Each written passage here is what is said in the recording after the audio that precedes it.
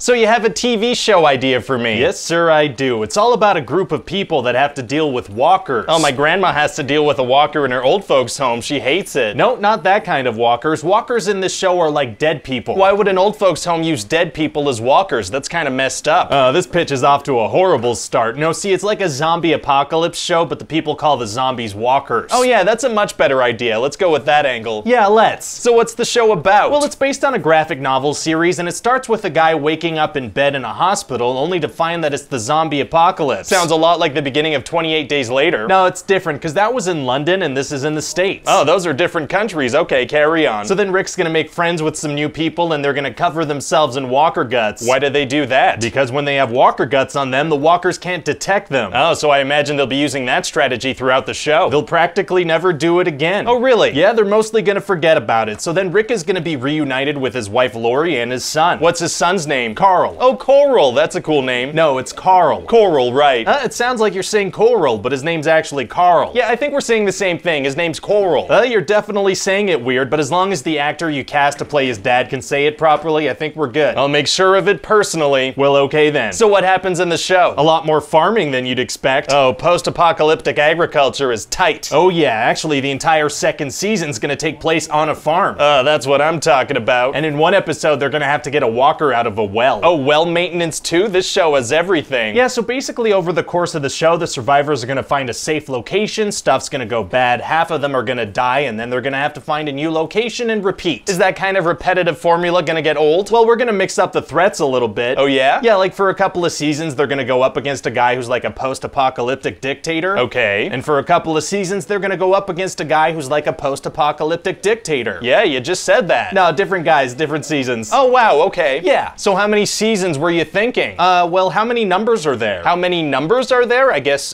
there are infinite numbers. Well, okay, great. Let's go with that then. Infinite seasons. Yeah. Seems like it's gonna be hard to keep people watching for so many seasons. Actually, super easy. Barely an inconvenience. Oh, really? Yeah, what we're gonna do is base entire seasons around one or two big events and cliffhangers. What do you mean? Yeah, we'll have something big start to go down in the mid-season finales and the season finales, and then people will have to wait a couple of months to see what happens.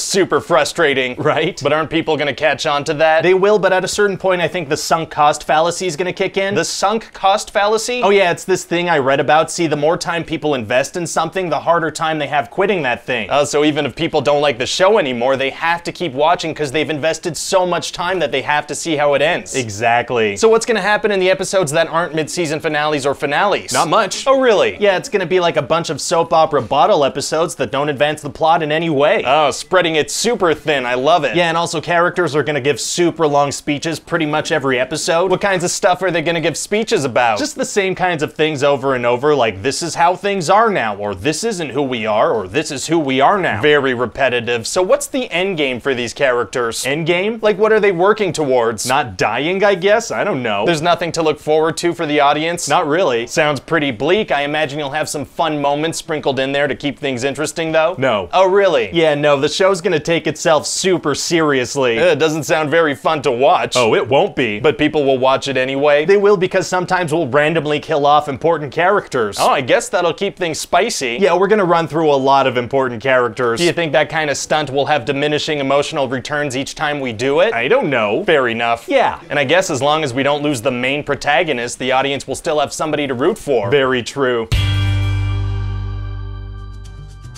Hey guys, Ryan here. Hope you liked that pitch meeting. Let me know in the comments section what other movies or shows you'd like to see pitches for. And if you like this one, please do give it a like and a comment, maybe share it on Facebook and on Twitter. And there are a ton of these on the channel, so you could binge watch those if you have a minute or like 200 minutes. And check back soon for a new one. Bye-bye.